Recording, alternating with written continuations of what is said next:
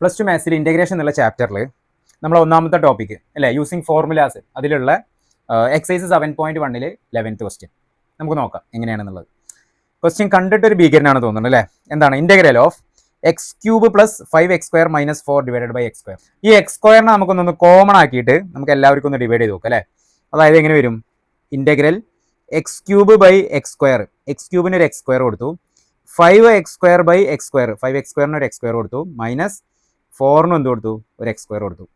Okay, എല്ലാവർക്കും നമ്മൾ എന്ത് ചെയ്തു, x² കൊടുത്തു. ഓക്കെ, ഇനി എക്സ് ക്യൂബ് ബൈ x² എന്ന് പറയുമ്പോൾ നമുക്കവിടെ ഈ ക്യൂബിൻ്റെ ഇതും ഇവിടെ ഇവിടെ 3 എക്സിൻ്റെ താഴെ 2x ഒരു എക്സ് ക്യാൻസൽ ചെയ്തു. ഇവിടെ കംപ്ലീറ്റ് x² ക്യാൻസൽ ചെയ്തു. അവിടെ 4/x² അതുപോലെ തന്നെ നിലനിൽക്കും. ഇനി നമുക്ക് ഇൻറ്റഗ്രേഷന് ഓരോ ടേമിനും സ്പ്ലിറ്റ് ചെയ്ത് കൊടുത്താൽ ഇവിടെ x² ഇവിടെ കംപ്ലീറ്റ് പോയി. ഫസ്റ്റ് ടേം എന്തായി മാറി, എക്സ് ഡി എക്സ് എന്ന് മാത്രമായി. രണ്ടാമത്തെ ടേം ഇൻറ്റഗ്രൽ 5dx എന്ന് മാത്രമായി. മൂന്നാമത്തെ ടേം ഇൻറ്റഗ്രൽ 4/x². 4/x²നെ താഴെയുള്ള x² നമ്മൾ മുകളിലേക്ക് കൊണ്ടുവരുമ്പോൾ എന്തായിട്ട് നമുക്ക് എഴുതാം, താഴെയുള്ള x² നമ്മൾ മേലേക്ക് കൊണ്ടുവരുമ്പോൾ x⁻² എന്ന് എഴുതിക്കൂടെ.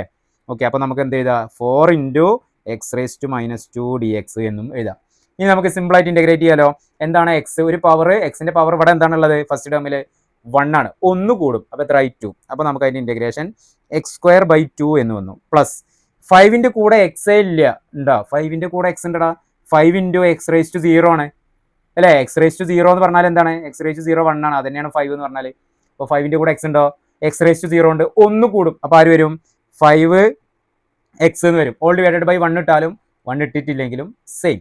ഇനി അടുത്തത് മൈനസ് 4 × x⁻². ആ x⁻²ൻ്റെ കൂടെ 1 കൂടും, അപ്പോൾ -2 + 1 എന്ന് പറഞ്ഞാൽ എന്തായി, -1 ആയി. അപ്പോൾ നമുക്ക് അതിനെങ്ങനെ എഴുതാം, 4 കോൺസ്റ്റന്റ് ആണ്. അപ്പോൾ നമ്മൾ ഇൻറ്റഗ്രേഷനിൽ ഇപ്പോൾ നേരത്തെ